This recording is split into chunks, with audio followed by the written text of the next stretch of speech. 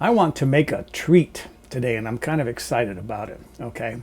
Because I saw this done on a YouTube video, actually in more than one YouTube video. Mozzarella sticks, fried mozzarella sticks, right? And I got to thinking, well, I want to use my air fryer. That's what I was researching. But they would roll the mozzarella sticks in breadcrumbs, egg breadcrumbs to coat it. And I got to thinking, well, I've got this friend. She's gluten intolerant. I couldn't give any to her because it's got flour in it. And I wondered, well, what about using something like this? This is almond flour, kind of expensive. And I actually bought this to use for something else. But then I got to wondering, what if somebody has a nut allergy? They're allergic to nuts. This is out. So what would be a good substitute for the breadcrumbs? And I got to thinking about my good old standby, cauliflower. Can I convert this into breadcrumbs? Well, yes, I can. I did some experimenting and it works. So let's make these keto-friendly, gluten-free, nut-free mozzarella sticks. So what I need to do is start to trim my cauliflower. I'm going to take some of these leaf stalks off, which you can save these for, put aside, put them in the freezer, use them for, add them to vegetables for vegetable stock, or you can add them to your regular vegetable soup stock. Like, I think I would put those in my, use those for my, include them for my broccoli soups. Okay, cleans it up a bit, a little bit more here. And I'm putting those in the wrong bowl. I got a bowl here that I'm going to put my cauliflower florets in. Okay, so there's one bunch of cauliflower.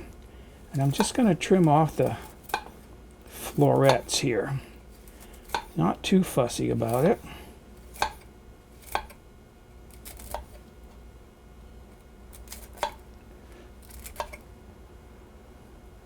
Doesn't have to be exact. These white stems, you can save these. You can put them in soup, or I like to also save the larger pieces and cut them up like potatoes to put in keto-friendly clam chowder rather than potatoes. All right, it's already starting to resemble, the smaller pieces resemble breadcrumbs. So I've got a lot of work here to do to prep this whole head of cauliflower. I have my food processor set up here because I need to grind these down to the consistency of about, I guess I can get them all in there, of coarse breadcrumbs. Think of panko. Hopefully that'll be all right. And then I've got a piece of plastic, as I always like to do. Put a barrier in there so that I don't get the lid. Here's the lid all messed up with crumbs in there. Just makes cleanup easier. Make sure that's locked in place. It is. And then I'm just going to pulse these until I get them down, as I said, to coarse breadcrumbs. These are done. Look how clean my lid is. And I'll set this aside. I'll put this back into my bowl, the bowl from which they came.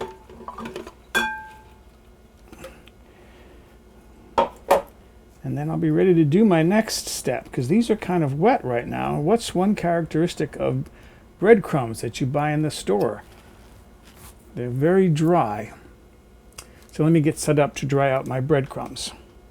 I need to dry my cauliflower, and the best way to do that is either in a skillet or on a griddle. I'm using a griddle, because an electric griddle, because I can face the camera. And by way of transparency, this griddle was given to me for free to use in my videos. I was very happy about that because I've been wanting a griddle. This is an iKitch, I-K-I-C-H. I'll put the name down there for you. It's available on Amazon. It's a decent little griddle. I like it because it's got a flat part and a ridged part, so you can cook meats on there if you want grill marks on your pieces of meat. You got the flat side to grill vegetables. It just came up to temperature. I've got a little temperature reader here. I want to see about 350, 400 degrees. It's a little bit above that, actually. And I'm going to put, and maybe you can hear that sizzling. That's all that water that's in cauliflower. I want to get that water out, and what will happen is I do this, it'll stop sizzling after a while, but if I stand back, I'll still see steam rising, and when that steam settles down, it'll be getting near to dry. And what I actually want to do is go beyond dry. I want to actually cook this, dry it out until it starts to brown a little bit. That hissing noise is already starting to settle down. So this doesn't take long to do. I have to do my cauliflower in several batches, so give me a while to get all this done. This is now starting to toast. You can see the color change.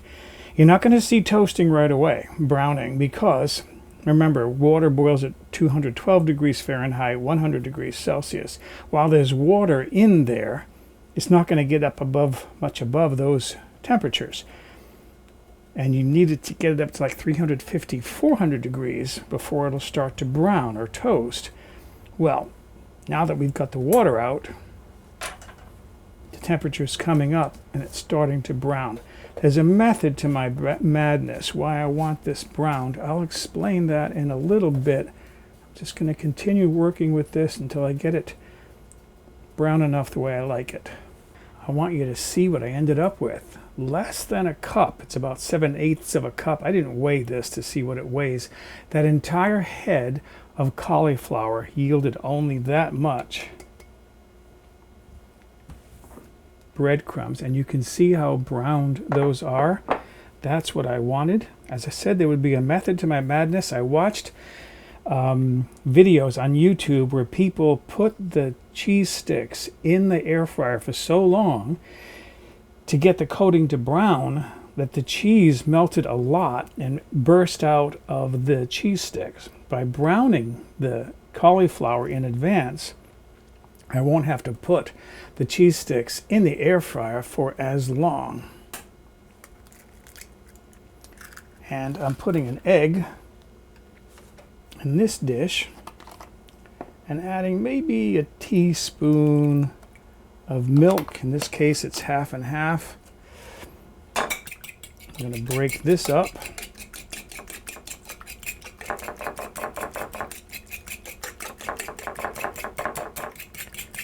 And give me a second to wash and dry my fork, because what I want to do is I want to season my crumbs, my cauliflower breadcrumbs.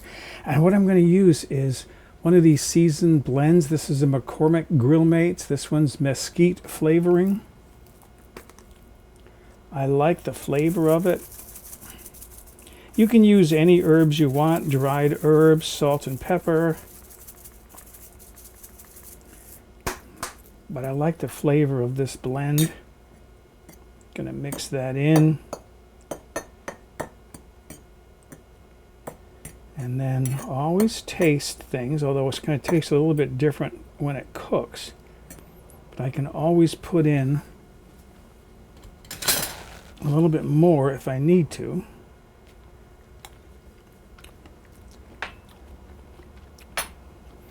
Do I want to? Yeah, a little bit more. It's almost there. Okay, and that should be enough. Get that stirred in. I'm just about ready to start frying my cheese sticks, which have been, by the way, in the freezer for quite a while. They've been freezing. You want to freeze them for at least an hour so that, again, they won't fall apart in the air fryer once you're toasting them. I lined a little tray with some parchment paper. Here are my frozen mozzarella sticks. Or you could buy mozzarella and just cut it into sticks.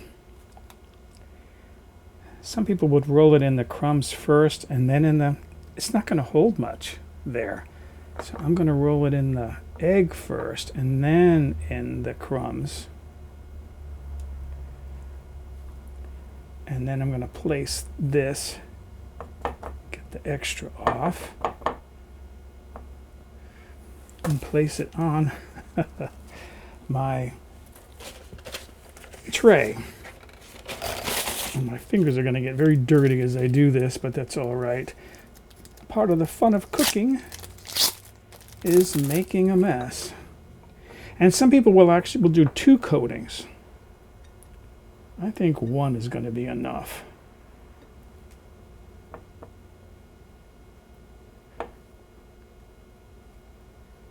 Make sure there's plenty of it stuck on there. And that side didn't get much, so I'm going to just do double coating on that piece.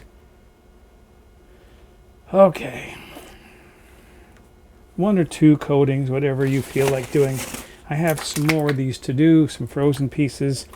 I'm going to fill this tray up with probably 8 to 10 sticks. Maybe 8, because I got to think about how much will fit into the air fryer. So there they are. I'm going to return these now back to the freezer for another 20 to 30 minutes just to make sure that they're nicely frozen. I mean, they're solid, but now with that coating on the top, I want to get that frozen as well. So 20 to 30 minutes. I set my air fryer up. This is my Omark, which I also got for free if I would use it in videos. These have been in the freezer now for 25, 30 minutes. I'm going to see if I can squeeze all of these in there. Yes, I can. A little bit of room in between. I did preheat my air fryer up. At 400 degrees, I preheated it for 5 minutes. Set that in there. Should still be at 400. No, temperature 400.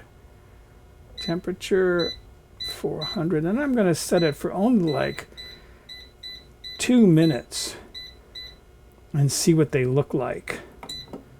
Okay, so that's started. Okay, my timer just went off, and what I did was I turned these over and put them in for 1 minute longer, and I am seeing some melting, but compared to some of the videos that I saw on YouTube, these are actually looking pretty good.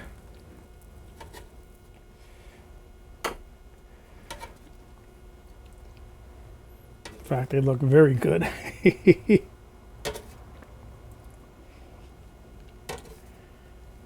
And then what I saw some people do is they like to put a little dipping dish of marinara on the plate as well. All right, I'm going to let that just set up for a little bit, and then I'll be able to taste them. Okay, I'm kind of excited about this. I want to taste these. Never actually had these before. Let's see what I got.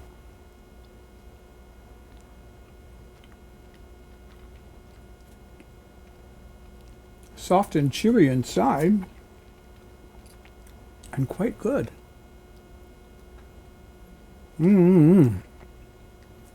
Okay. Excuse me.